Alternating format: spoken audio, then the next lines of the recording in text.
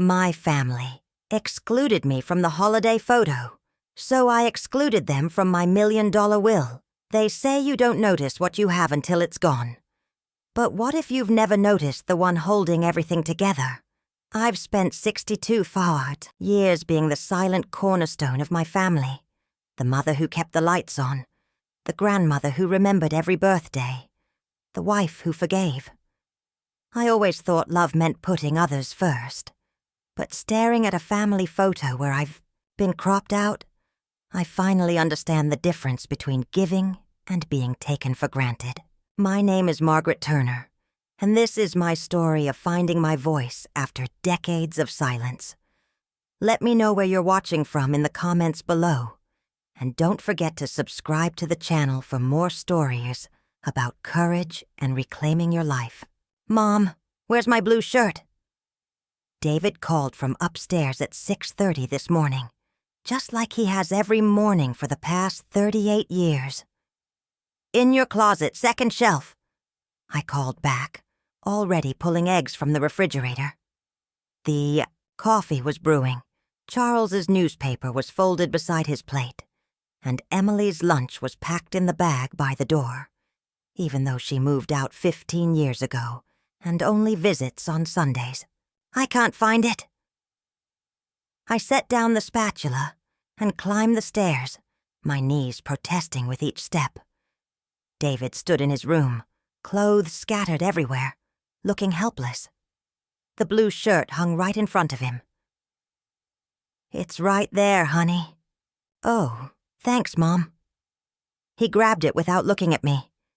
Can you iron it real quick? Of course. I took the shirt downstairs, set up the ironing board, and pressed the wrinkles out while the eggs burned on the stove. This is my life. Has been for 62 years. I wake up at 5:30, make breakfast for whoever's home, pack lunches, pay bills, manage the calendar, work part-time at the library, and somehow keep this family running. Love, I always believed, was measured in these silent acts. Margaret, have you seen my reading glasses? Charles asked, wandering into the kitchen. On your head, dear. He patted his head, found them, and grunted. What's for breakfast? Scrambled eggs, toast, and bacon. No bacon. Doctor said to watch my cholesterol. I scraped the bacon into the trash. He'd asked for bacon yesterday, and the day before that. I made a mental note to remember. Again. Emily breezed in with little Lily, my granddaughter. Mom, can you watch Lily tonight? Marcus's parents are taking us to that new steakhouse. Of course, sweetheart. I knelt down to hug Lily, breathing in her strawberry shampoo scent. We'll make cookies, won't we? Yay! Grandma cookies? Lily squeezed me tight. Emily was already checking her phone. Thanks, you're a lifesaver. Oh, and can you pick up my dry cleaning? I'll pay you back. She never did pay me back. I had a notebook full of IOUs that would never be honored, but I nodded anyway. David, your breakfast is ready, I called. He thundered downstairs, grabbed a piece of toast and kissed my cheek. Thanks, Mom. Oh, I might need to borrow some money for the mortgage this month, just until my bonus comes through. How much? Maybe 1,500? I tried to hide my wince. We'll talk about it later. You're the best. He was already out the door. The kitchen fell quiet, except for Charles crunching his toast and reading stock prices aloud to no one in particular. I poured my coffee and sat down, but before I could take a sip, the phone rang. Hello. Margaret, it's John. Listen, I hate to ask, but could you spot me a couple hundred? The car needs new tires, and Sarah's been on my case about it. My brother. Always needing something. John, you still owe me from last month. I know. I'll get it all back to you. You know I'm good for it. No, I knew he wasn't, but I found myself saying, I'll transfer it this afternoon. You're an angel, Maggie. I don't know what I'd do without you." After he hung up, I sat staring at my cold coffee. When had I become the family ATM? When had my worth become measured only in what I could provide?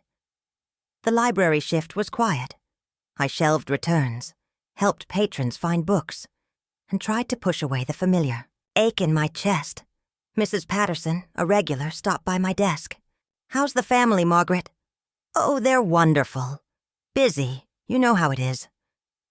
"I'm sure they appreciate everything you do for them." I smiled and nodded, but her words stung. Did they appreciate me? When was the last time someone thanked me for anything beyond "thanks for the money" or "thanks for watching Lily"?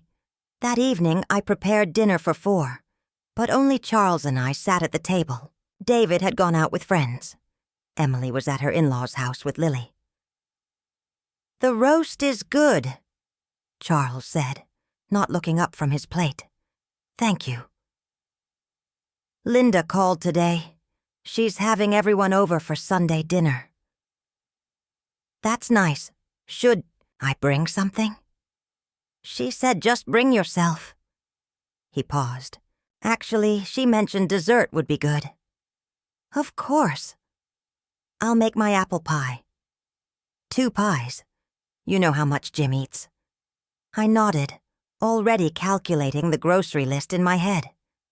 2 pies meant a trip to the store tomorrow, an afternoon of baking, cleaning up the kitchen afterward. Linda would get the compliments for hosting, and I'd get the dishes to wash. Later that night, I found myself standing in Lily's room, Emily's old room that I'd kept exactly the same for 20 years. Pink walls, stuffed animals, a hope chest I'd filled with quilts and baby clothes for future grandchildren. Lily's drawings covered the mirror, and for a moment I felt useful again. "Grandma, will you read to me?" Lily appeared in the doorway, in her pajamas. "Of course, sweetheart." We curled up on the bed with her favorite book. As I read, she snuggled closer. "Grandma, why do you look sad sometimes?" The question caught me off guard. Do I look sad? "Sometimes. Like when Mommy and Daddy are talking and you're just standing there."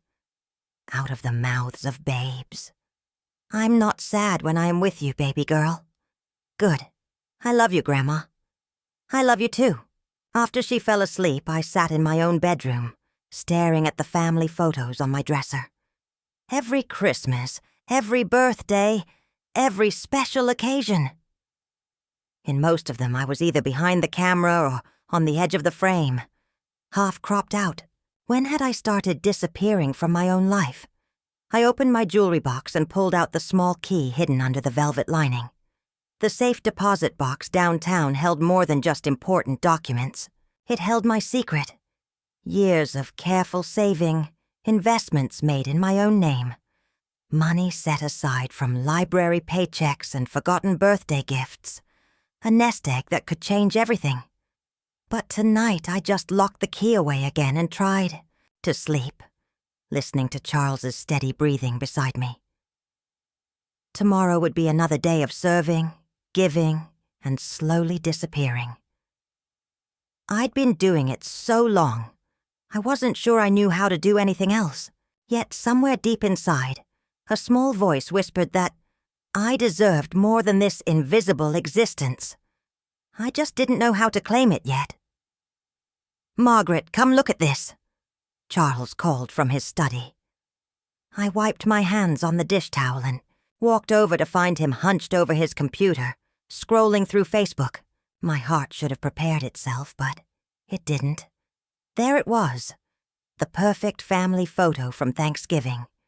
Everyone gathered around the fireplace in matching burgundy sweaters, arms linked, faces glowing with happiness.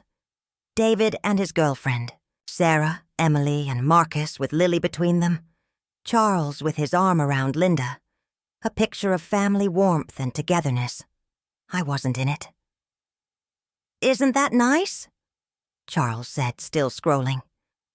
Linda tagged everyone. Look at all the comments. My hands gripped the back of his chair as I read.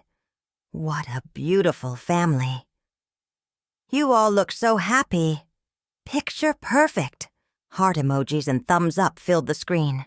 43 comments and counting.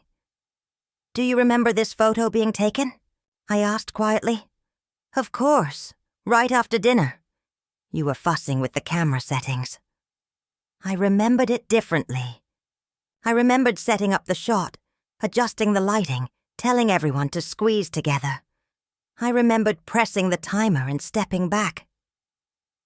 Just one more with the family, Linda had called out. Margaret, you don't need to be in this, one. And I had stepped aside, like I always did. Charles, I took this photo.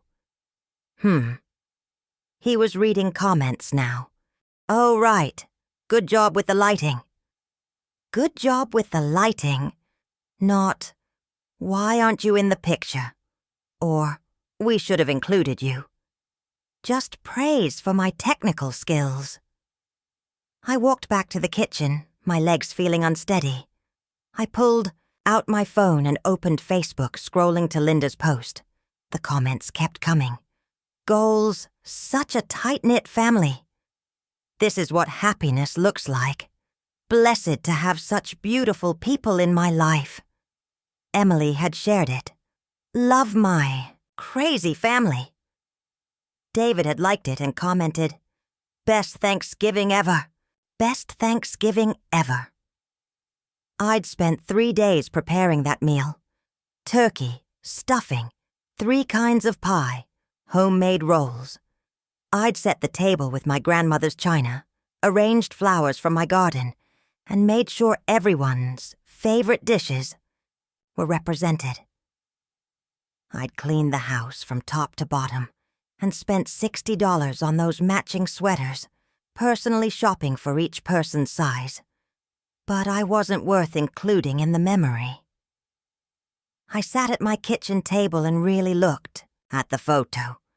They all looked so complete without me, like I was the extraneous element that would have ruined the perfect composition. The photographer they kept around for technical expertise, but dismissed when it came time to be family. My phone buzzed. A text from Emily. Mom, did you see Linda's post? We look great. I stared at that message for a long time before typing back. Yes, very nice. Thanks for taking such a good picture. Thanks for taking such a good picture. Not, sorry you weren't included, or we should have gotten one with you too. Just gratitude for my service behind the camera. That night I couldn't sleep. I kept thinking about other photos, other moments where I'd been the invisible hand, making everything work. The birthday parties where I baked the cakes and decorated, but barely appeared in any pictures. The Christmas mornings where I was up at 5 preparing the perfect holiday breakfast while everyone else slept in, then spent the day cleaning wrapping paper while they enjoyed their gifts. You're restless tonight, Charles mumbled from his side of the bed. Just thinking. About what? I almost told him, almost said.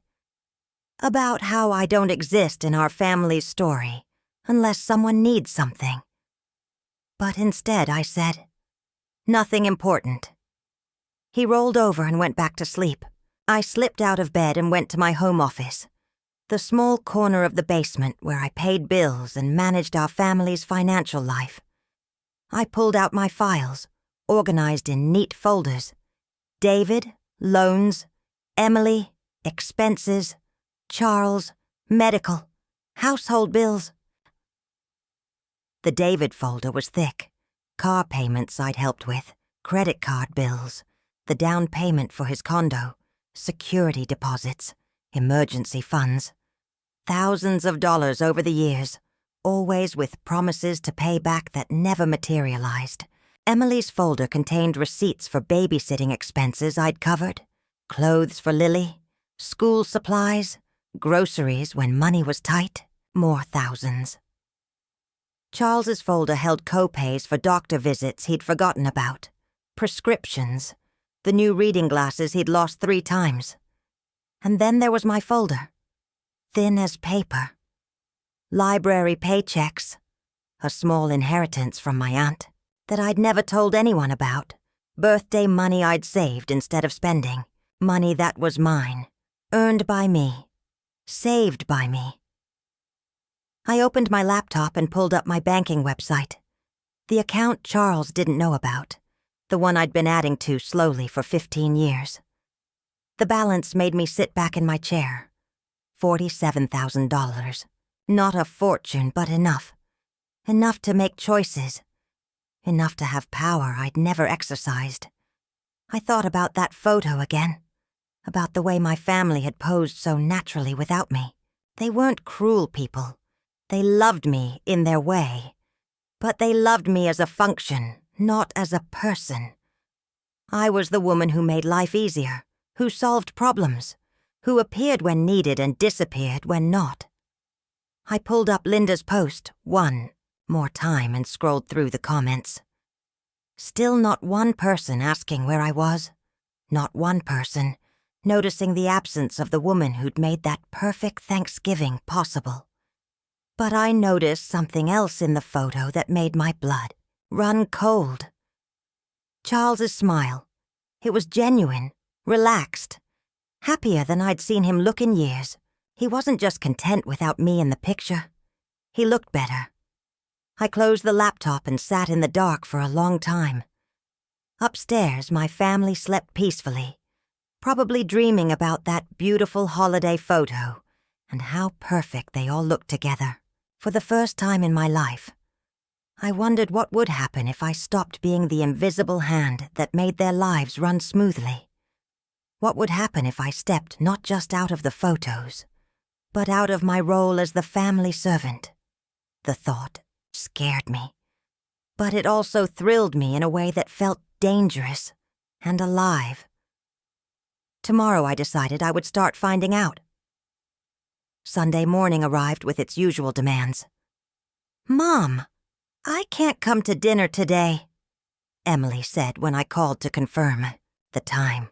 Marcus's parents are having a barbecue, and they specifically requested we come. You understand, right?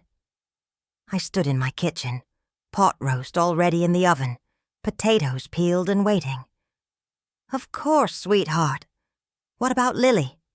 "She's excited. About their pool. Sorry for the short notice." The line went dead. 3 hours of preparation, $40 in groceries, and she'd canceled with 2 sentences.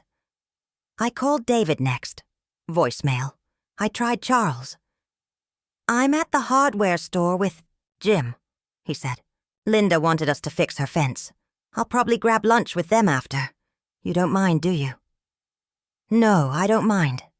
But I did mind. I minded very much. By noon, the pot roast was ready. The table was set for 4, and I was eating alone. Again. I sat there listening to the house's silence, chewing mechanically, tasting nothing. My phone buzzed. A text from David. "Hey, Mom, any chance you could spot me some cash? Rent's due tomorrow and I'm a little short. Maybe 800? $800.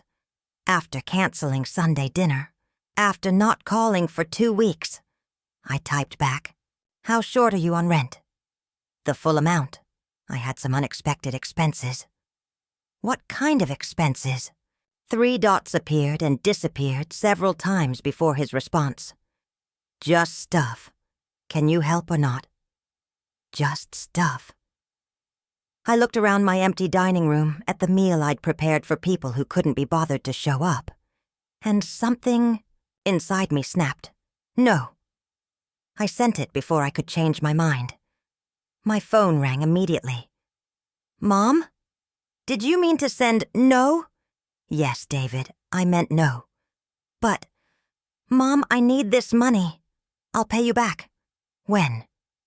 "You still owe me from March and February and Christmas." "Those were emergencies. This is different." "How is it different?"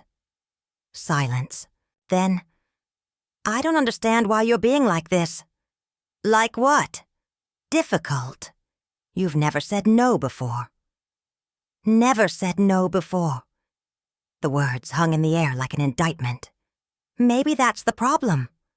Mom, are you feeling okay? You're acting weird. Weird. Asking for accountability was weird. Having boundaries was weird. I'm fine, David. But I'm not giving you money for rent when you can't tell me what you spent your rent money on. Fine. I'll figure it out myself. He hung up. I sat staring at my phone, my hands shaking. I'd never said no to my children before. Never. When they needed money, I gave it. When they needed time, I gave it. When they needed me to disappear, I gave them that too. The front door opened and Charles walked in, laughing loudly. Linda's voice carried from the entryway. And then he said, "But I thought you were the smart one. Can you believe it?" They were both still chuckling when they entered the dining room and saw me sitting at the set table with my empty plate.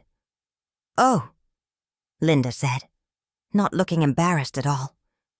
"Were you expecting us for dinner?" "I prepared Sunday dinner, yes. We grabbed burgers after working on my fence," Charles said, loosening his belt. "Jim knows this great place." "I called you this morning to confirm dinner." "You did?" He looked genuinely confused. "I don't remember that." Of course he didn't. My voice had become background noise, my words as ignorable as elevator music. Linda sat down uninvited and helped herself to a dinner roll. "This is good. Bread, Margaret. Where did you buy it?" "I made it." "Oh, well, it's very good. You should give me the recipe." She took another bite. "Charles, tell her about Jim's idea for the fishing trip."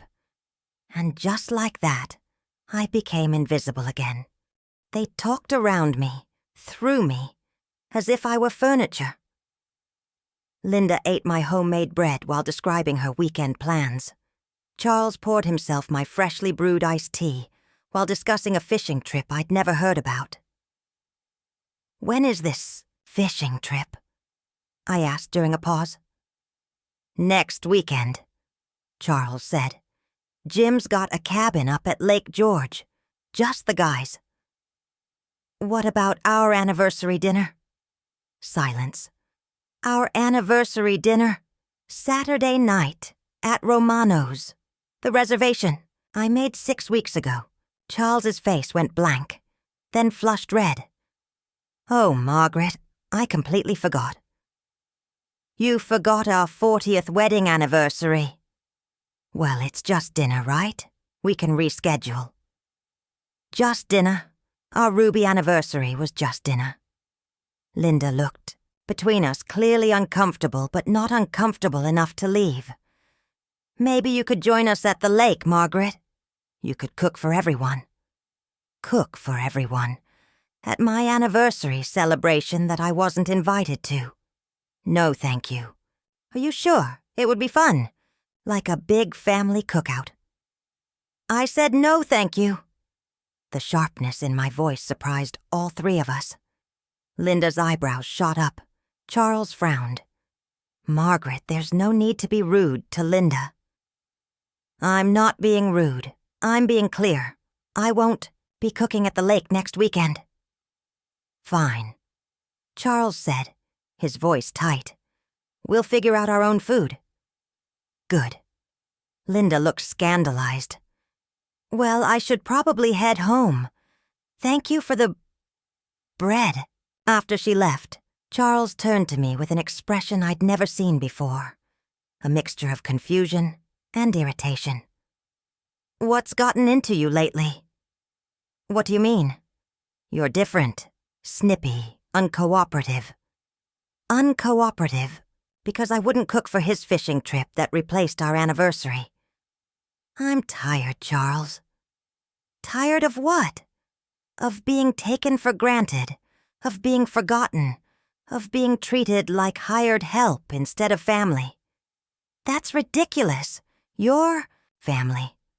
You're my wife. When was the last time you treated me like your wife instead of your personal assistant? He stared at me, mouth opening and closing like a fish. This is crazy talk, Margaret.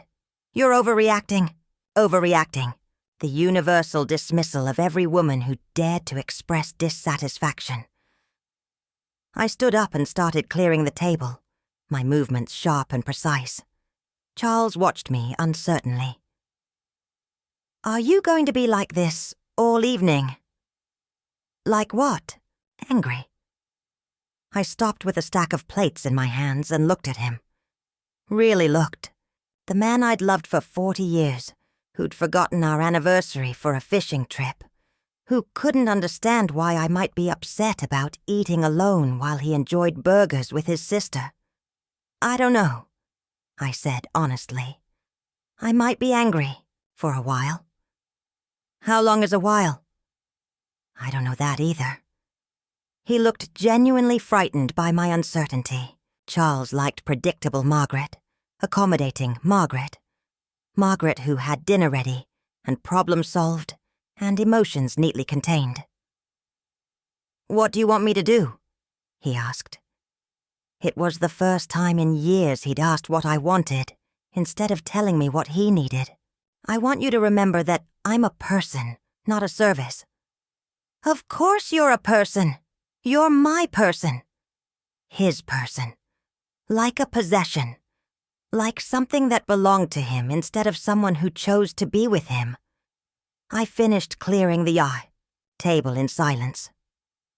Charles hovered awkwardly, occasionally offering to help but not quite knowing how. He'd never cleared a table in 40 years of marriage. That night, as I lay in bed listening to his breathing, I realized I'd crossed a line I couldn't uncross. I'd said no. I'd expressed anger. I'd refused requests and set boundaries. And the world hadn't ended. In fact, for the first time in years, I felt truly awake. Monday morning, I called in sick to the library and drove downtown to First National Bank. Mrs. Turner. Amanda Morrison, my financial advisor, stood up from her desk with a genuine smile. It's so good to see you. How can I help you today? I need to review my accounts. All of them. Amanda pulled up my files on her computer. Of course, your joint account with Charles shows a balance of $12.47. Your personal savings account has $47.293. And your investment portfolio. She paused, clicking through screens. Your portfolio is performing quite well. Current value is $127,000. I sat back in my chair. $127,000. I'd started with a $5,000 inheritance from my aunt 15 years ago and added small amounts whenever I could. Library overtime, birthday money, the occasional freelance bookkeeping job I did from home. Amanda had invested it conservatively, but wisely. Mrs. Turner, I have to say, you've been very disciplined with your savings. Most people your age don't have this level of financial independence. Financial independence. The phrase sent a thrill through me. Amanda, I need to ask you something in confidence. Of course. If I were to make changes to my will, what would be the process? Her expression grew serious. Are you having health concerns? No, nothing like that. I'm just thinking about fairness, about rewarding the people who've earned it. Amanda nodded slowly. I see. Well, you'd need to work with an estate attorney. I can recommend someone. Excellent. Sarah Chen, she's handled several of my clients' estate planning needs. Is she discreet? Absolutely. And she understands complex family situations. I left the bank with Sarah Chen's business card and a new understanding of my own power. I wasn't just Margaret the caregiver, Margaret the giver, Margaret the invisible woman. I was Margaret the woman with options.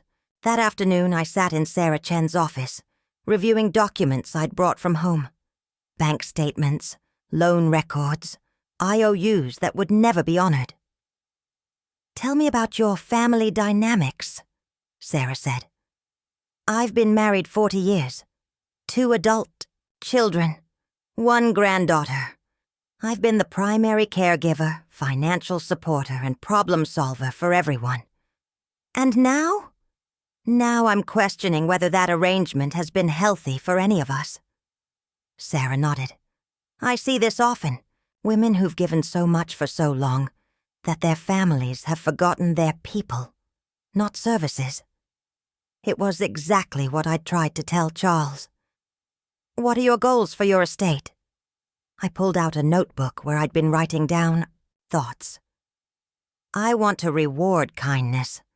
I want to teach accountability. And I want to make sure that if something happens to me, the people who have treated me well are taken care of. And those who haven't?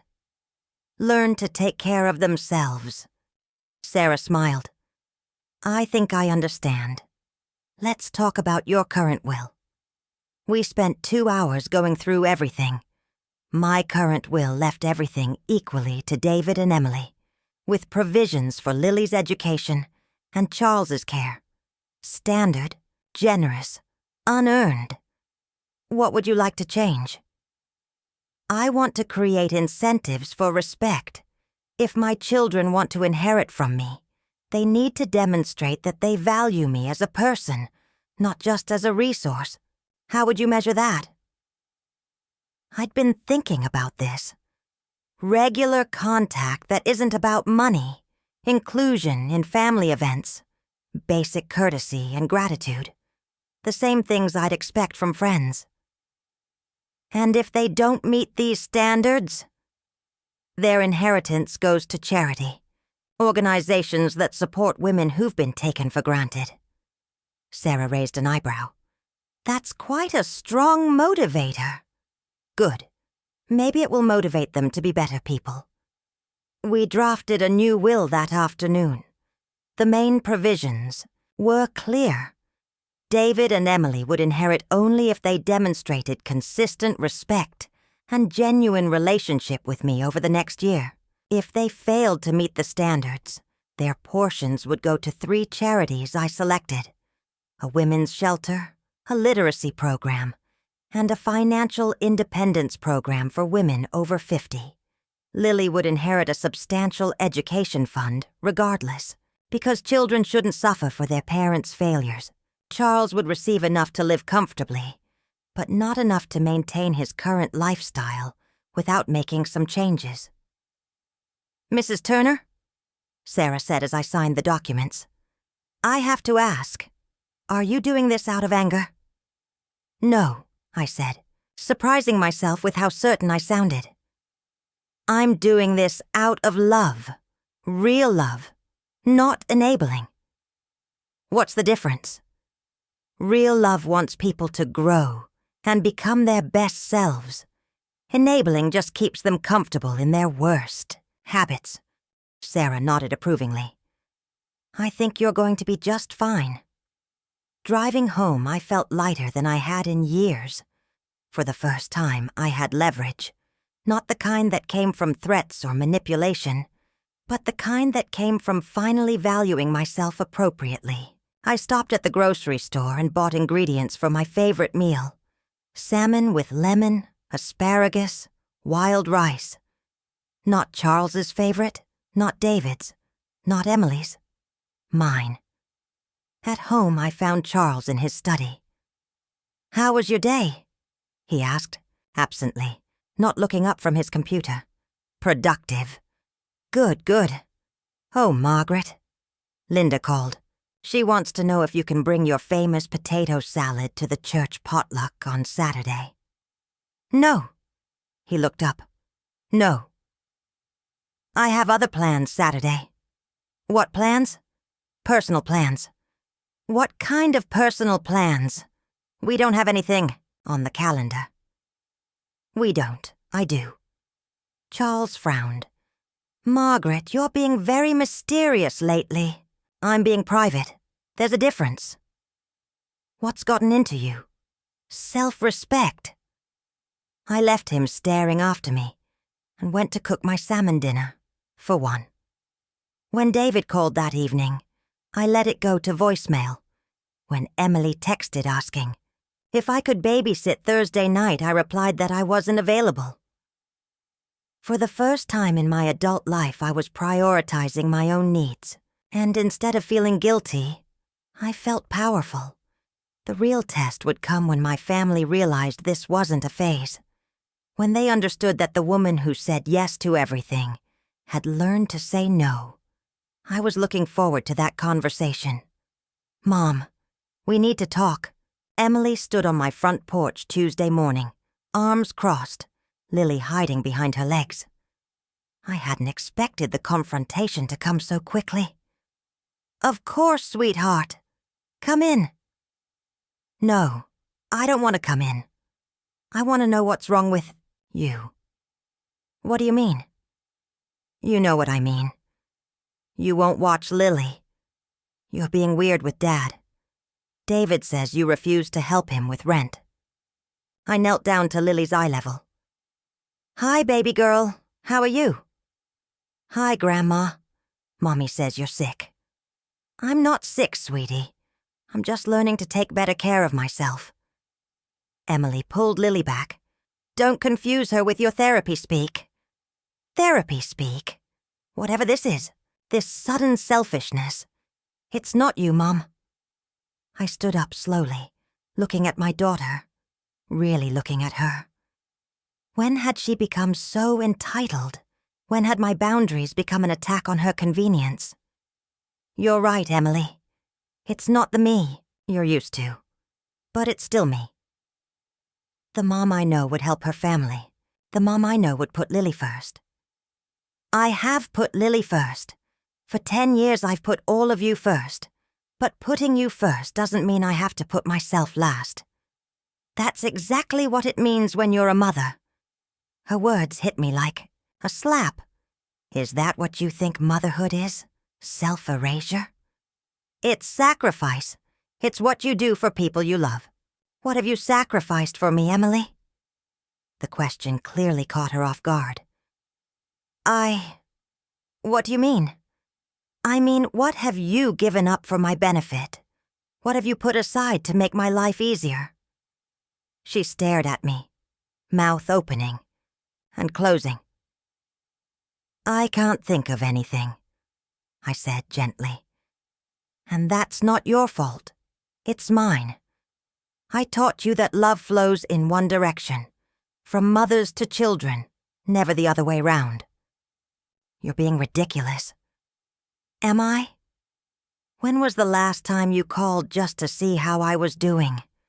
Not to ask for babysitting or money or favors, but just to talk to me. She looked genuinely confused by the question. I call you all the time.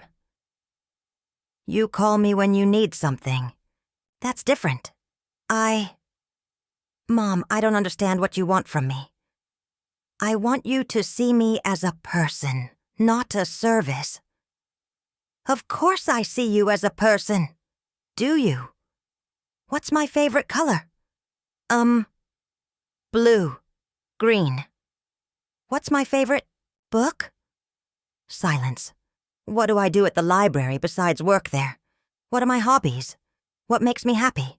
Emily's face was flushing red. We don't really talk about those things. Why not? Because you're Mom. You don't need things like that. There it was. The truth we'd both been avoiding. In Emily's mind, I wasn't. A full person with wants and needs and interests. I was Mom, a function that existed to serve others. Everyone needs things like that, Emily. Even mothers. Lily tugged on Emily's sleeve. Mommy, why are you and Grandma talking angry? Emily picked her up. We're not angry, baby. Grandma's just going through something. Are you sad, Grandma? I touched Lily's cheek gently. I was sad, sweetheart. But I'm getting happier. Good. I don't like when you're sad. I know, baby. But sometimes being a little sad helps us figure out how to be happy. Emily shifted Lily to her other hip. Mom, I don't have time for this. I need someone to watch Lily Thursday night. If you won't do it, I need to find someone else. That sounds like a good plan. Fine. But don't expect me to keep pretending everything's normal when you're acting like this. I don't expect you to pretend anything. I expect you to respect that I have the right to make my own choices about my time. Your time? Your time belongs to your family. And there it was again. The belief that becoming a mother meant becoming property. No, Emily. My time belongs to me. I choose to share it with people who value it. She stared at me for a long moment, then turned and walked away. At the car, she called back. Dad's right. You've changed. Yes, I said. I have. After they left, I called Alice Bennett, my neighbor. We'd lived next to each other for 15 years, but had never spent much time together beyond polite conversation over the fence. Alice, it's Margaret Turner. I was wondering if you'd like to have coffee sometime. Oh, Margaret, I'd love that. How about this afternoon? Alice's kitchen was warm and cluttered in the best way. Books on the counter, plants on the windowsill, photographs covering the refrigerator. We sat with steaming mugs and homemade cookies. I have to say, Margaret, I've always admired how devoted you are to your family. Have you? Oh, yes. You're always doing something for them. Cooking, cleaning, running errands. I used to wonder if you ever did anything just for yourself. I'm starting to wonder the same thing. Alice studied my face. You know, I've been divorced for 12 years now, and it was the best thing I ever did for myself. Really? My ex-husband was a lot like your Charles. Not mean, just thoughtless. He expected me to manage his life while he lived it. I got tired of being invisible. How did you find the courage to leave? I realized that being alone was better than being lonely in a marriage. At least when you're alone, you know it's temporary. Loneliness in a marriage feels permanent. Her words resonated deep in my chest. I don't want to leave Charles. I just want him to see me. Sometimes they can't see you until you stop being so available. I spent the afternoon with Alice, talking about books and travel and dreams. Deferred.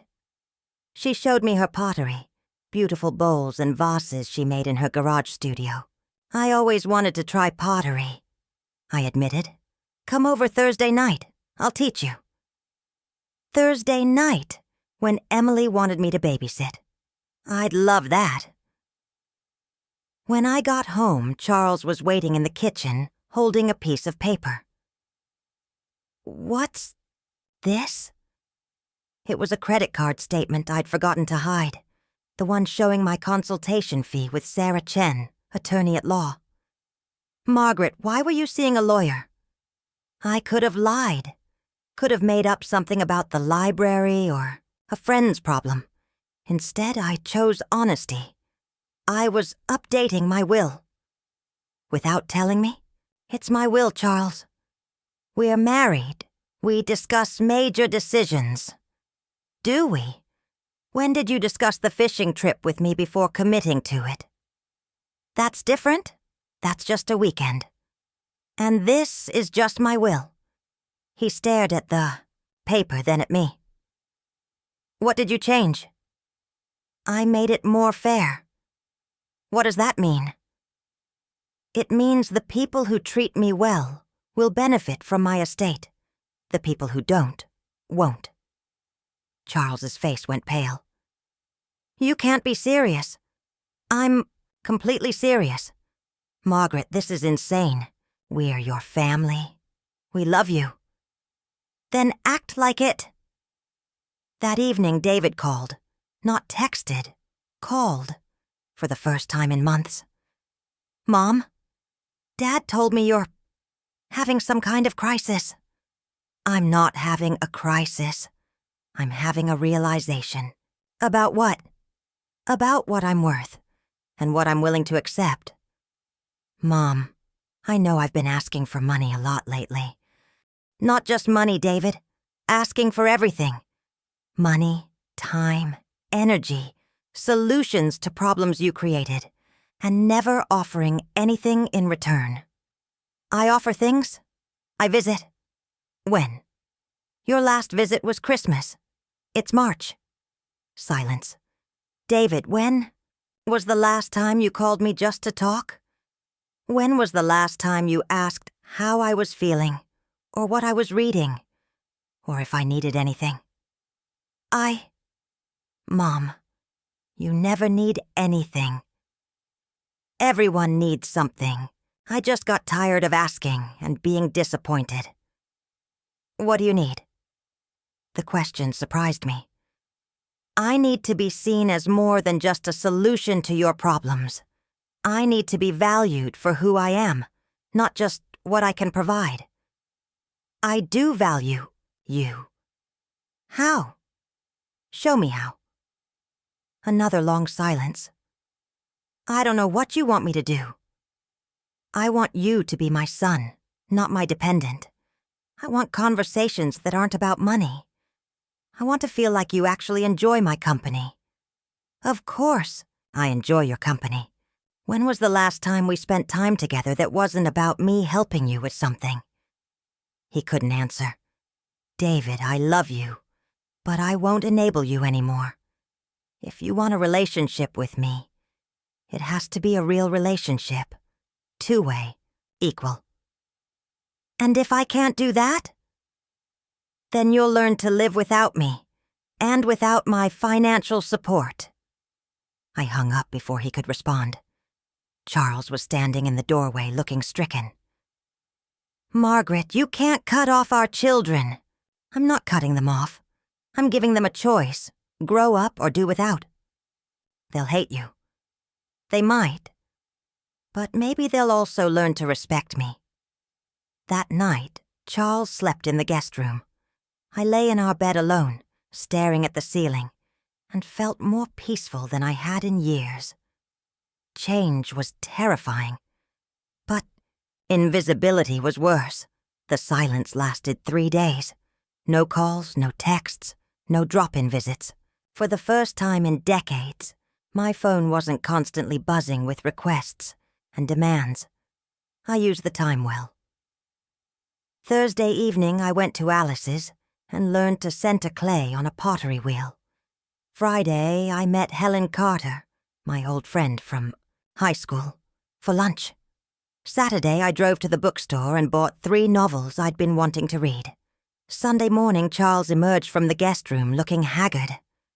Margaret, this has gone on long enough. What has gone on long? Enough? This phase, this rebellion, whatever you want to call it. I looked up from my coffee and the newspaper. I'm reading the news and drinking coffee. What exactly am I rebelling against? You know what I mean. The lawyer, the threats, sleeping alone. It's not you. How do you know what's me? When was the last time you paid attention to who I actually am?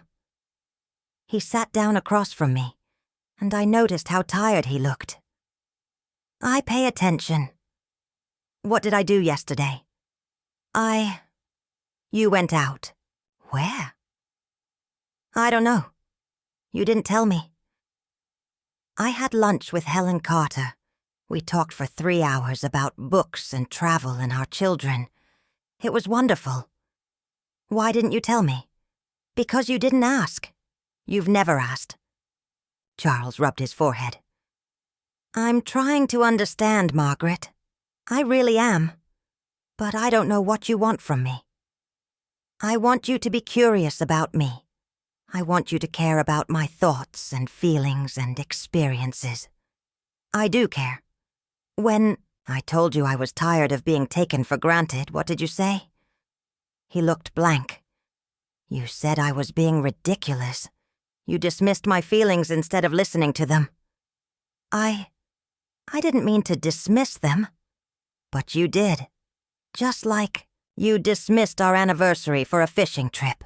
Just like you dismiss my opinions at dinner. Just like you've dismissed me for years. His face crumpled. I haven't dismissed you. Charles, when was the last time you asked for my opinion about something important? I ask your opinion all the time. About what to have for dinner, maybe. About which shirt to wear. But when was the last time you asked what I thought about politics, or a book, or our future plans? Silence. You've turned me into a household appliance, Charles. I cook, I clean, I manage, I solve problems. But you don't talk to me about ideas or dreams or fears. We talk. We exchange information. That's not the same thing. The front door opened and Emily walked in without knocking, Lily trailing behind her. Finally, Emily said, looking between Charles and me. Maybe now we can get some sense into her. Emily, Charles warned. No, Dad, this is crazy. She's tearing our family apart with her selfishness. Lily ran to me and climbed onto my lap. Hi, Grandma. Are you still sad? I'm getting better, sweetheart. Emily glared at me. Don't drag her into your drama. I'm not dragging anyone into anything. I'm just refusing to be invisible anymore. You were never invisible. Really? Then why was I cropped out of the Thanksgiving photo? That was just... We wanted one with just the siblings and spouses. I am a spouse. You know what I meant. No, I don't. Explain to me why. The woman who cooked the entire meal, set the table, and cleaned up afterward wasn't worth including in the family photo. Emily's face flushed. It wasn't personal. Everything is personal, Emily. Every choice to include or exclude someone is personal. David's car pulled into the driveway.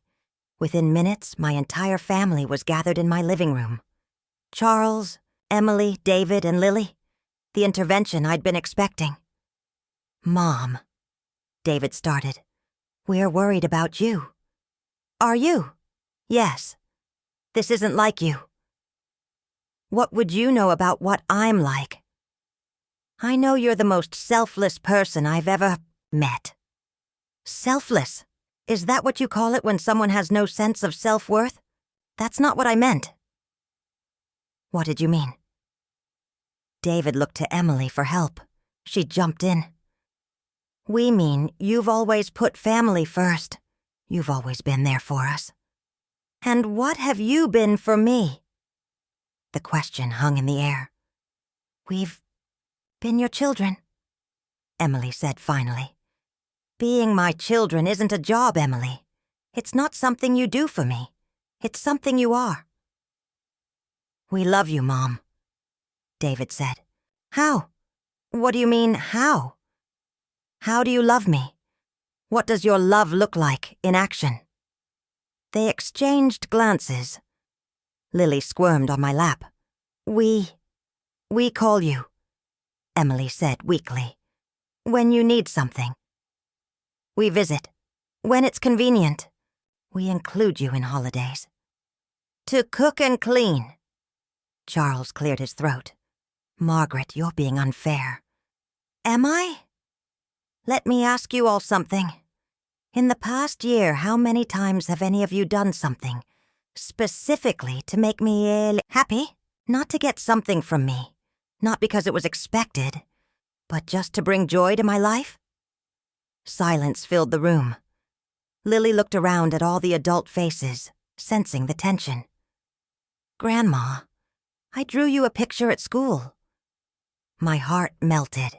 You did, baby girl. You're the only one who gives me gifts just because you love me." "That's not fair," Emily protested. "We gave you gifts for Christmas and your birthday." "Generic gifts. Perfume and scarves picked up at the last minute. When was the last time any of you gave me something that showed you actually know me?" "We know you," David said. "What's my favorite flower?" Blank stares. "Peonies. I've had a peony bush in the backyard for 20 years. I cut them every summer and put them in vases all over the house." "We noticed the flowers," Emily said defensively. "But you never noticed they were my favorite. You never thought to bring me peonies for Mother's Day or my birthday or just because." The room grew uncomfortable quiet. "What's my favorite movie?" I continued. "My favorite season. What am I afraid of? What makes me laugh? What do I dream about?" "Mom, stop," David said. "This is cruel. What's cruel is living with people for decades who never bothered to really know you." Lily tugged on my sleeve. "I know what makes you laugh, Grandma." "What, sweetheart?" "When I tell you jokes, and when we bake cookies and make a mess." "That's right, baby. You pay attention." I looked around the room at my family, my husband of 40 years, my 2 adult children who I'd raised and supported, and sacrificed for.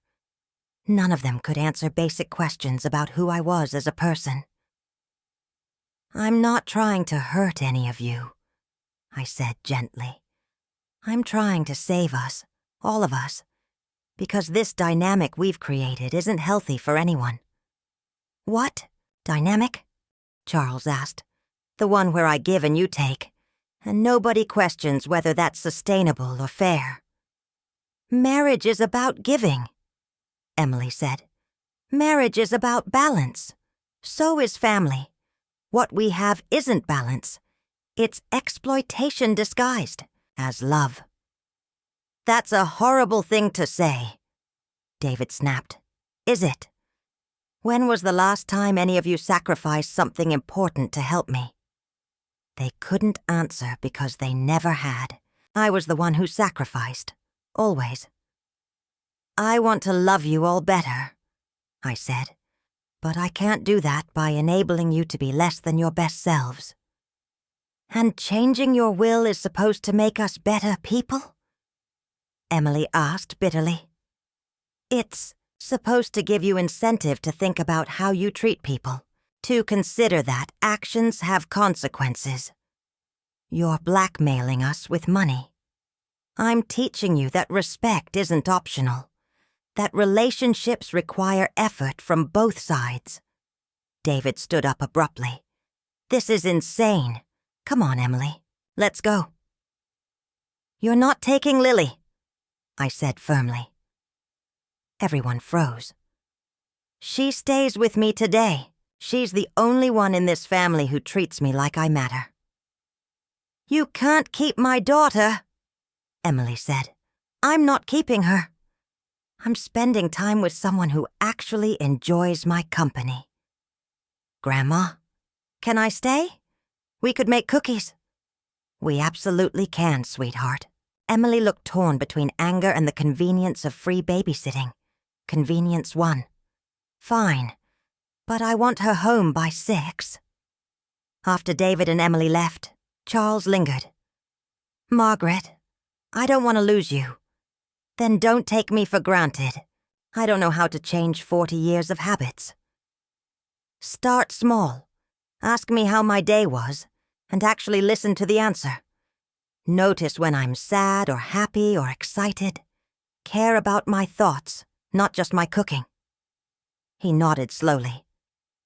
"I can try. That's all I'm asking. From any of you, just try." After he left for his study, Lily and I made chocolate chip cookies and talked about everything and nothing. She told me about school, her friends, a book she was reading. I told her about the pottery class and my lunch with Helen. "Grandma, Why were Mommy and Uncle David acting so weird? They're learning that I'm a person with feelings, not just someone who takes care of them. That's silly. Of course you have feelings. You think it's silly? Yeah, everyone has feelings, even grown-ups. Out of the mouths of babes. My 10-year-old granddaughter understood something that had escaped the rest of my family for decades. As we decorated cookies with pink frosting, I realized that this confrontation had been necessary. Painful, but necessary. They needed to see how one-sided our relationships had become. Whether they chose to change was up to them. But I was done being the family doormat, even if it meant being temporarily alone. The reckoning came on a Tuesday morning when I was paying bills. Charles's credit card statement had an unusual charge. Lucky Strike Casino, $850. I stared at it, my coffee growing cold. Another charge from the previous month. River's Edge Gaming, $1,200. And another, Atlantic Palace, $600. 40 years of marriage, and my husband had been gambling away our money without telling me. I pulled out a highlighter and marked every gambling-related charge I could find. Over the past 6 months, Charles had spent nearly $8,000 at casinos and online gaming sites. When he came downstairs for breakfast, I had the statement spread across the kitchen table. "Charles, we need to talk." He saw the papers and his face went white. "Margaret, I can explain. Please do." He sat down heavily, suddenly looking older than his 64 years. "It started small, just a few dollars on online poker. Then Linda suggested we try that new casino up in Albany." "Linda knows about this?" She goes with me sometimes." So his sister was enabling his gambling while I was kept in the dark. "How long has this been going on?" "Maybe 2 years." "Charles, this statement shows $8,000 in 6 months. How much have you lost total?" He couldn't meet my eyes. "I don't know exactly. Estimate. Maybe 20,000? I felt like I'd been punched. $20,000? "I was going to tell you when I won it back." "You can't win it back, Charles. That's not how gambling works. I know that now. I looked at this man I'd been married to for 4 decades, who'd been lying to me for 2 years, who'd been stealing from our retirement fund to feed an addiction I knew nothing about." "What else don't I know?" "Nothing, that's it. Don't lie to me anymore, Charles. I'm done with lies." He was quiet for a long moment. I borrowed some money. "From who?" "From David's college fund, the one we set up for Lily. My granddaughter's education fund." "How much?" $5,000. "Charles." I could barely whisper his name. "I'll pay it back." "With what money? You're retired. I work part-time. Where is this magical money coming from?" He had no answer. That afternoon, I drove to David's apartment. He wasn't expecting me, and when he opened the door, he looked genuinely surprised. "Mom? Is everything okay?" "We need to talk about money." His expression shifted to wary. "What about money?" "About how you've been spending it instead of paying rent." I pushed past him into his living room and stopped short. A massive flat-screen TV dominated one wall. Expensive leather furniture filled the space. A high-end gaming system sat beneath the TV. "Nice place," I said. "Thanks. Look, if this is about the rent money..." "It's about honesty, David. You told me you needed $800 for rent because you were broke."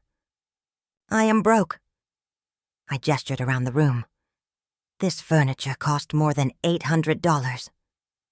"I bought that stuff months ago, before things got tight."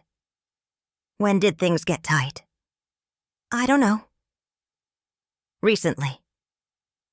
I pulled out my phone and showed him a photo I'd taken.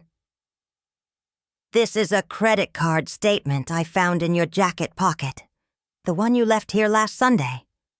His face flushed red. "You went through my pockets?" "I was doing laundry, your laundry, which you left here for me to wash." I scrolled through the statement. $300 at Best Buy last week. $200 at that expensive restaurant downtown. $150 at the Golf Pro. Shop. David sat down heavily. "Mom, I can explain. Please do. I work hard. I deserve nice things. With what money?" "My salary." "Then why can't you pay rent?"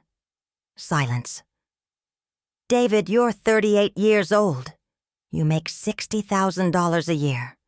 You should be able to afford rent and nice things. Unless you're living beyond your means." "Everyone lives beyond their means." "No, they don't. Responsible adults live within their means." "I'm not irresponsible. You're asking your retired mother for rent money while buying luxury items. What would you call that?" He looked genuinely confused, as if he'd never considered the contradiction. I thought you didn't mind helping." "I don't mind helping someone who needs help. I mind being lied to and manipulated." "I never lied to you. You told me you needed rent money because of unexpected expenses. You didn't mention that the expenses were choosing to buy things you couldn't afford. It's not that simple." "It's exactly that simple. You chose golf accessories over rent. You chose restaurant meals over responsibility. You chose to make your financial problems my financial problems." David's defensiveness crumbled. "I didn't think about it that way. That's the problem. You didn't think about it at all. That evening, I confronted Emily. I found her at soccer practice, watching Lily play. "Emily, we need to discuss your conversations with Marcus's parents." She turned from the field, instantly defensive. "What about them?" "About how you describe me to them." "I don't know what you mean." "Susan Martinez told Alice that you've been complaining about how controlling and demanding I've become. She said you told them I was having some kind of breakdown." Emily's face flushed. "I didn't. I mean, I was just venting." "About what?" "About how different you've been. How you won't help with Lily anymore. How you're making everything difficult." "Making what difficult?" "Everything. You used to be so easygoing. Now you question everything. You say no to requests. You make us feel guilty for asking for help. You should feel guilty for taking advantage of me. We're not taking advantage. We're family." "Emily, in the past month, how many times have you called me?" "I don't know. Several times." 7 times. Every single call was a request. Babysitting, errands, money, favors. Not once did you call just to talk to me." "We talk." "No, you delegate. You assign me tasks and expect compliance." Emily looked around nervously, aware that other parents might overhear. "Mom, can we discuss this at home?" "Why? Are you embarrassed?" This isn't the place." "The place for what? For honesty? For acknowledging that you've been taking me for granted?" "Fine, yes. Maybe I have. But that's what mothers do. They help their children." "Adult children should help their mothers, too. When was the last time you did something to make my life easier?" Emily stared at me. What do you need help with?" "That's not the point. The point is that you've never asked." On the drive home, I realized that my family's problems weren't just about disrespect. They were about a fundamental misunderstanding of what relationships should be. They'd all learned that love meant taking, not giving. That family meant having access to unlimited resources without reciprocal responsibility. I taught them these lessons by example, by never setting boundaries, by always saying yes. But it wasn't too late to teach them different lessons. The question was whether they were willing to learn. I called the family meeting for Sunday evening. No excuses, no exceptions. Everyone had to be there. They arrived reluctantly. Charles from his study, David from whatever bar he'd been drowning, his sorrows in, Emily with Lily in tow because she couldn't find a babysitter. "Sit down," I said, gesturing to the living room. "All of you." They arranged themselves on the sofa and chairs like defendants awaiting sentencing. Only Lily seemed comfortable, curling up next to me with a coloring book. "We're going to have an honest conversation," I began, for the first time in years, maybe decades. "Mom, if this is about the money," David started, "it's about everything. The money, the lies, the disrespect, the taking me for granted, all of it." I pulled out a folder I'd prepared. "Charles, you've gambled away $25,000 of our retirement savings. Money we need to live on. Money that was supposed to secure our future." Charles hung his head. "Margaret, I'm getting help. I called that number you gave me." "Good. But calling for help doesn't undo the damage. We're $25,000 poorer because of your addiction. I know. I'm sorry. David, you owe me $14,000 in loans you've never repaid. Loans you requested for emergencies that turned out to be poor financial choices. Mom, I fully intend to pay you back. When? You can't even pay your rent. I'm working on it." "You're 38 years old. Working on it isn't good enough anymore." I turned to Emily. "Emily, you've used me as free childcare for 10 years while telling your in-laws that I'm controlling and difficult." "I never said you were difficult." "Susan Martinez quoted you directly. You told them I was having a breakdown because I wouldn't babysit last minute anymore." Emily's face reddened. "I was frustrated. So you decided to trash my reputation instead of examining your own expectations." I looked around the room at my family, the people I'd loved and served and sacrificed for, and felt a profound sadness. "Do any of you understand what you've done to me?" "We haven't done anything to you," David protested. "You've erased me. You've turned me into a function instead of a person. You take my money, my time, my energy, my labor, and you give nothing back." "That's not true," Emily said. "We love you." "How? Show me how you love me." We spend time with you." "When? At family dinners where you ignore me? At holidays where you crop me out of photos?" "We talk to you. You talk at me. You give me instructions and make requests. When was the last time any of you asked about my dreams, my fears, my hopes for the future?" Silence. "I'll tell you when. Never. Because you don't see me as someone who has dreams or fears or hopes. You see me as someone who exists to serve yours." Lily looked up from her coloring book. "Grandma, what are your dreams?" The innocent question from my granddaughter broke something in my chest. "I dream of traveling to Ireland, sweetheart. I dream of taking pottery classes and maybe learning to paint. I dream of having conversations with people who care about what I think." "Those are nice dreams," Lily said.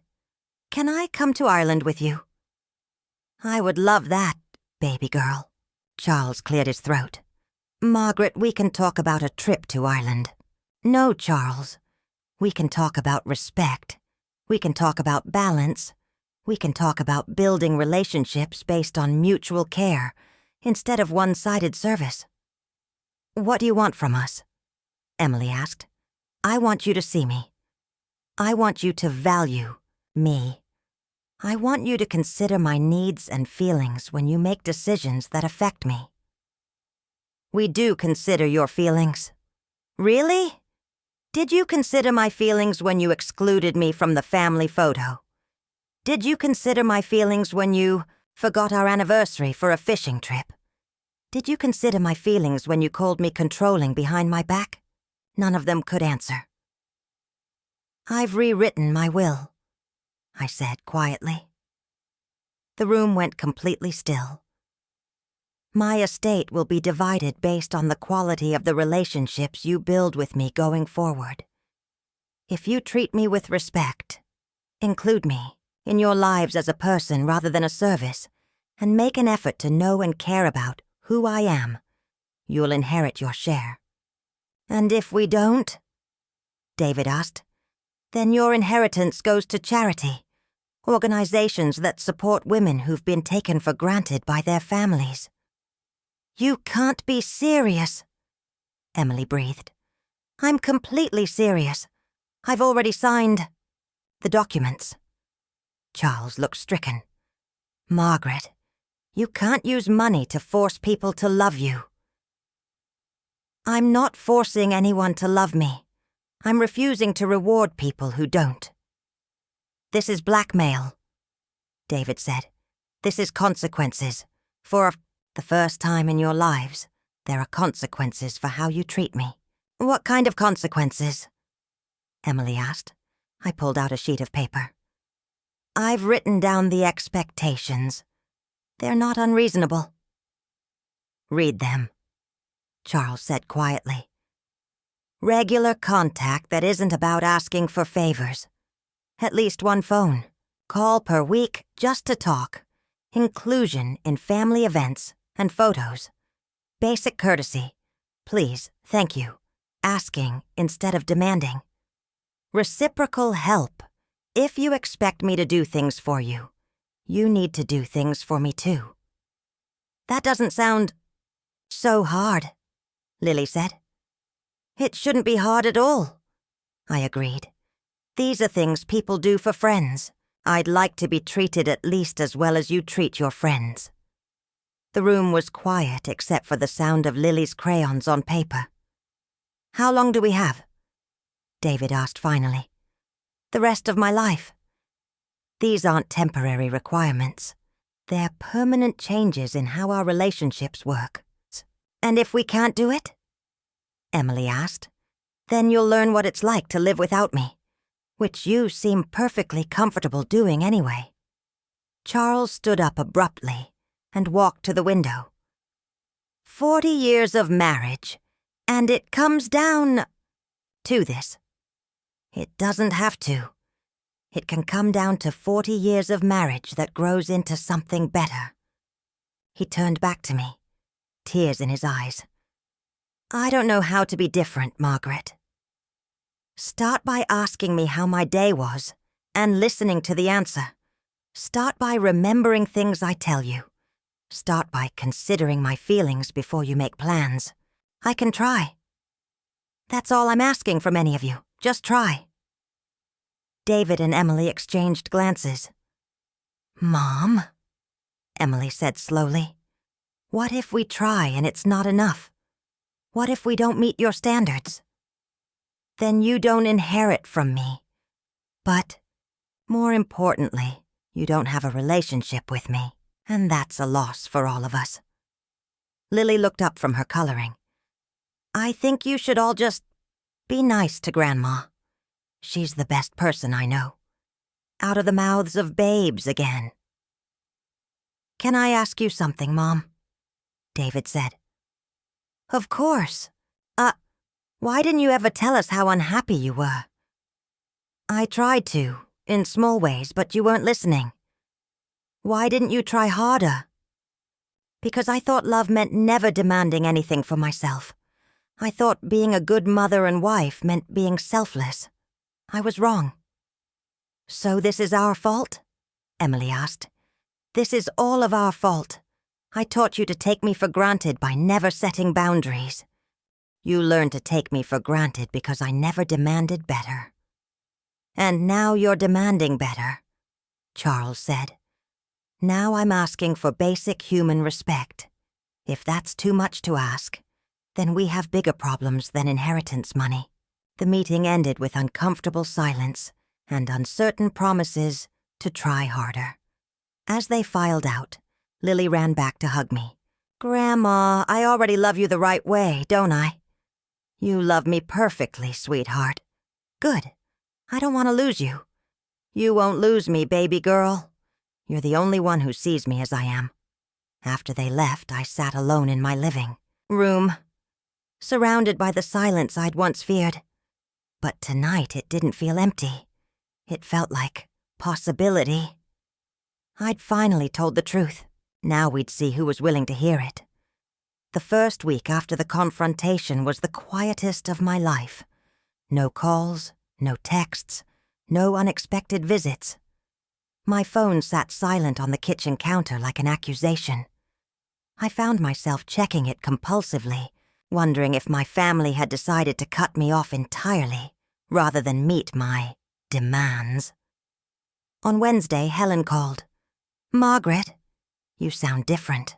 Lighter somehow." "I feel different," I admitted. I told my family the truth about how they've been treating me. "How did that go?" "About as well as you'd expect. They're either processing or plotting." Helen laughed. "Give them time. The truth is hard to swallow when you've been living on lies." Thursday evening, I was reading in the living room when Charles appeared in the doorway. "Margaret, how was your day?" I looked up, surprised. "My day?" "Yes. How was it? What did you do?" It was such a simple question, but I couldn't remember the last time he'd asked it. "I worked at the library this morning. Mrs. Patterson found a book she'd been looking for, and we talked about her garden. This afternoon I went to pottery class with Alice." "Pottery class?" "I'm learning to make bowls. It's harder than it looks, but I'm getting better." Charles sat down across from me. "Can I see what you've made?" "Really?" "Yes, really." I went to the kitchen and brought back the small, lopsided bowl I'd finished the day before. It wasn't perfect. One side was thicker than the other, and the glaze had run slightly. But it was mine. Charles turned it over in his hands, examining it carefully. "This is beautiful, Margaret." "It's crooked. It's unique, like art." I felt a warmth in my chest that I hadn't felt in years. "You think so?" "I know so." "I'd like to see more of your work as you make it." "I'd like that too." Friday afternoon, David called. "Mom, it's David." "Hello, sweetheart." How are you?" Another simple question that felt revolutionary. "I'm well. How are you?" "Confused, mostly. I've been thinking about what you said, about the money I owe you." "What about it?" "I want to make a payment plan, something realistic that I can actually stick to." I nearly dropped the phone. "You do?" "Yeah. I talked to a financial advisor. She helped me make a budget. I can pay you $200 a month." $200 a month would take 6 years to repay what he owed me. But it was something. It was acknowledgement. It was effort. "That sounds reasonable." "Really? Really? I'm proud of you for taking responsibility." "I should have done it years ago." "Yes, you should have. But you're doing it now, and that matters." Saturday morning, Emily showed up at my door with Lily and a bouquet of peonies. "I remembered," she said simply. I stared at the flowers, my favorite flowers that no one in my family had ever bought me before. "They're beautiful. I wanted to ask, Would you like to have lunch together today? Just us. No agenda, no favors to ask. I'd like to talk to you. I looked at my daughter, really looked at her, and saw something I hadn't seen in years. Uncertainty, vulnerability, and what might have been genuine interest. I'd like that very much. Lily wants to come too. She says you're the only grown-up who listens to her stories. She can absolutely come. We went to a small cafe downtown, one I'd driven past hundreds of times but never entered. Emily ordered salads for us while Lily got chicken nuggets and chocolate milk. "Mom," Emily said after we'd settled into our booth, "I owe you an apology." "For what specifically?" For not seeing you, for treating you like," she paused, searching for words, "like a service instead of a person." That's a good way to put it. I didn't realize I was doing it. I thought because you always said yes, because you never complained, that you were happy to help. I was happy to help, but I wasn't happy to be taken for granted. There's a difference. A big difference. When someone appreciates your help and reciprocates when they can, helping feels good. When someone expects your help and never gives anything back, helping feels like exploitation. Lily looked up from her nuggets. "What's exploitation?" "It's when someone takes advantage of someone else's kindness," I explained gently. "That's mean." "Yes, it is. But sometimes people do it without realizing it." Emily's eyes filled with tears. "I've been mean to you without realizing it. Not mean, exactly, just thoughtless.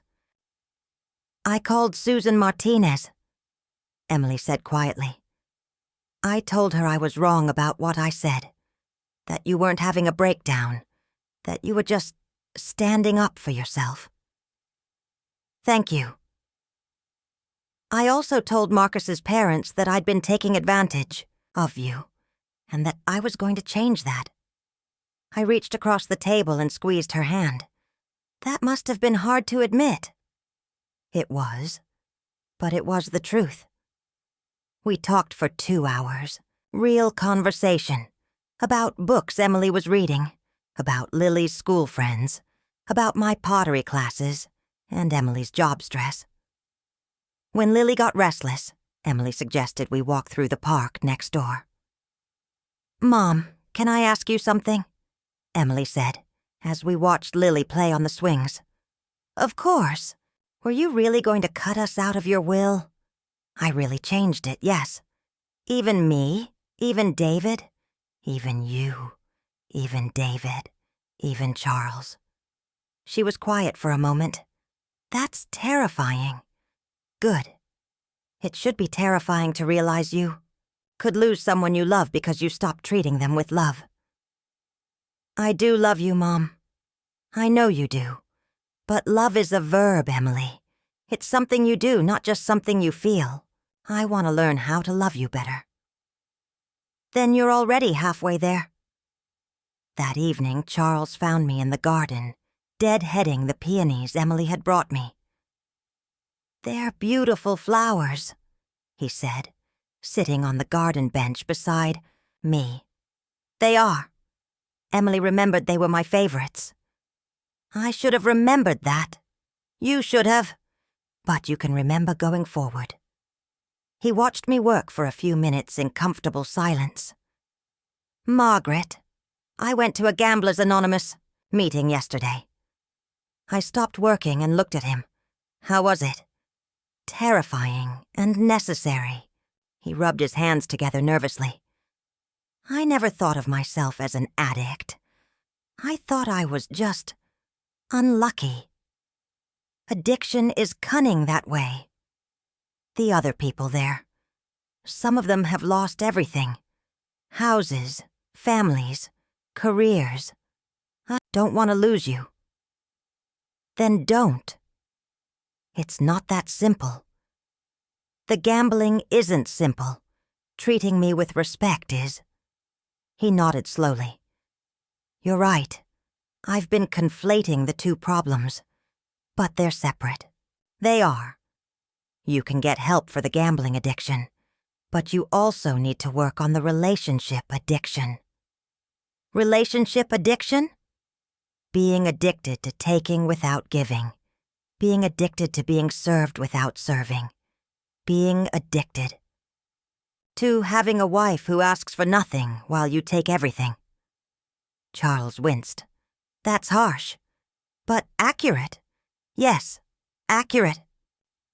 We sat in the garden until the sun began to set, talking about things we hadn't discussed in years. His fears about retirement, my dreams of travel, our memories of when the children were small, and our marriage felt like partnership rather than servitude. "Margaret," he said as we walked back to the house, "would you be willing to go to couples counseling with me?" "I think that's a wonderful idea." "Even after everything?" "Especially after everything. We both need to learn how to be married to each other instead of just living in the same house." Over the following weeks, small changes began to add up to something significant. David made his first payment. Exactly $200, just as he'd promised. He also started calling on Sundays, not to ask for anything, but just to check in. Our conversations were awkward at first, but gradually became more natural. Emily began including me in plans instead of just assigning me tasks. She asked my opinion about Lily's school situations and actually listened to my advice. She started bringing me small gifts, books she thought I'd like, flowers from her garden, coffee from the shop I'd mentioned liking. Charles made the most dramatic changes. He started asking about my day and remembering my answers. He began helping with household tasks without being asked. He joined me at pottery class one evening and tried his hand at the wheel, laughing when his attempts collapsed into muddy heaps. But the biggest change was in how they saw me.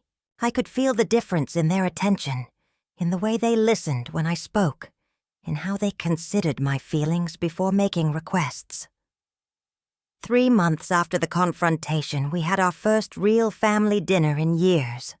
Not a holiday, obligation, not a duty meal, but a celebration of Lily's good report card that Emily had suggested, and everyone had eagerly agreed to attend. "Grandma," Lily said as we cleared the dishes together, "everyone is being so much nicer to you now." "They are, aren't they? Did you use magic to make them change?" "In a way. I used the magic of telling the truth." "That's powerful magic. The most powerful magic there is." As I watched my family talking and laughing in my living room, Charles helping David with a work problem, Emily asking about my upcoming trip to the Pottery Studios art show, I realized that I'd gotten something more valuable than respect or appreciation. I'd gotten my family back. Not the family that had taken me for granted, but a new family built on mutual care and genuine interest in each other's lives. And for the first time in decades, I felt truly seen, truly valued, and truly loved. The inheritance was still tied to their behavior. I hadn't changed the will back, but increasingly, that felt like a technicality. They weren't being kind to secure their inheritance anymore. They were being kind because they'd remembered how to love me properly, and I'd remembered how to love myself enough to demand it. 6 months later, Ireland is even more beautiful than I imagined. I wrote in my journal, as I sat in a cafe in Galway, rain pattering against the windows. Charles sat across from me, reading a guidebook and planning our next day's adventure. We'd been traveling for 2 weeks, and it was the best time we'd had together in decades. "What are you writing about?" he asked, looking up from his book. "About how sometimes you have to break something completely before you can rebuild it properly." "Are you talking about us?" among other things. He reached across the table and took my hand. I'm glad you broke us, Margaret. I'm glad you refused to accept what we'd become. Even though it was painful? Especially because it was painful. Pain was the only thing that could wake us up. My phone buzzed with a text from Emily. Hope you're having an amazing time. Lily drew you a picture of Ireland. She's never been there, but she's very confident about what it looks like. Can't wait to hear your stories when you get back. Love you, Mom. Another text from David. Saw a pottery studio here in Portland that reminded me of your class. Made me think of you. Hope the trip is everything you dreamed of. I showed Charles the messages, and he smiled. Look at that. Your children learning to love you without being asked. Our children, I corrected. Our children, who are becoming the people we should have raised them to be all along. Better late than never. Much better. Outside, the Irish rain continued to fall, washing the streets clean and making everything look fresh and new. Just like my life, I thought. Just like all of us. Sometimes the most loving thing you can do is refuse to be taken for granted. Sometimes the most powerful thing you can do is demand to be seen. And sometimes, if you're very lucky, the people who love you will rise to meet your expectations instead of asking you to lower them. I closed my journal and reached for Charles's hand, ready for whatever adventure came next.